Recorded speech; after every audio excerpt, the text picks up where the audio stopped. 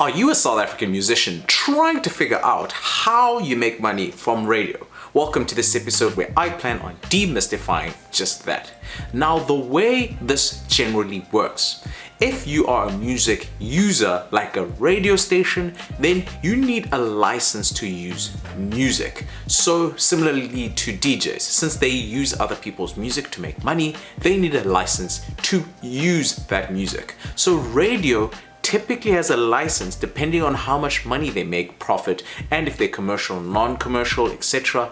They get a license. They get this license from SAMRO primarily, and once they've gotten this license, they pay, let's say, 100,000 per year. I'm just making up numbers, and then that license money goes to SAMRO. And then at the end of the year, more or less, the radio sends a list of tracks that they have played throughout the year.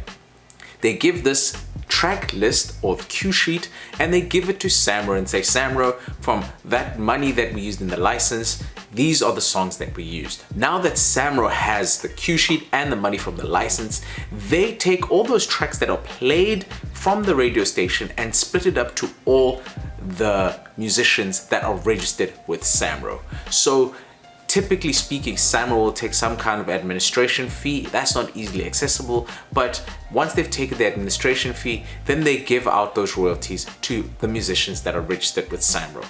But what is important is if a musician is not registered with SAMRO, generally speaking, they can't make money from radio. Another important piece of this is if the musician does not give the information of the songs to SAMRO, telling them this is who are the composers, these are the publishers, this is how the royalties are split. This is typically done in a notification of works. If a musician doesn't do that, then SAMRO can't give those royalties earned from the license money from the radio station to the artist. So it's a two-way street. SAMRO is the middle person and they need information from the radio station and they also need information from the music creators.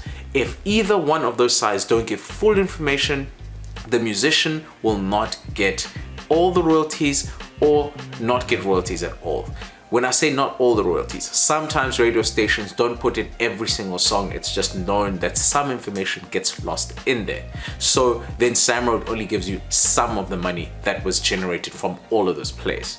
You as a musician, you need to, especially if you are into getting onto radio, if you have a dedicated radio campaign, you should be using Radio Monitor or Warm Music to check which songs and which radio stations are playing your music so that you have the actual numbers of when your song was played, how long it was played, what time, what radio station, what city, what country. Warm Music and Radio Monitor do this, give you information to know exactly how many times your track has been played on various radio stations. So what's important for you as a musician, if you're focusing on radio plays and getting money from your radio plays, is to send a notification of works as soon as you have split sheets done with the composers in your song. If you don't have a split sheet, head over to my website. I have templates that include a song split sheet. You can use that to split up all the composers in your track. And then the next thing you want to do is you want to track your songs. If you don't do those two things, you won't get all the money or enough money.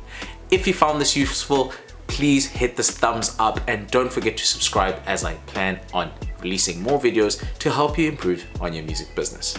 Until next time.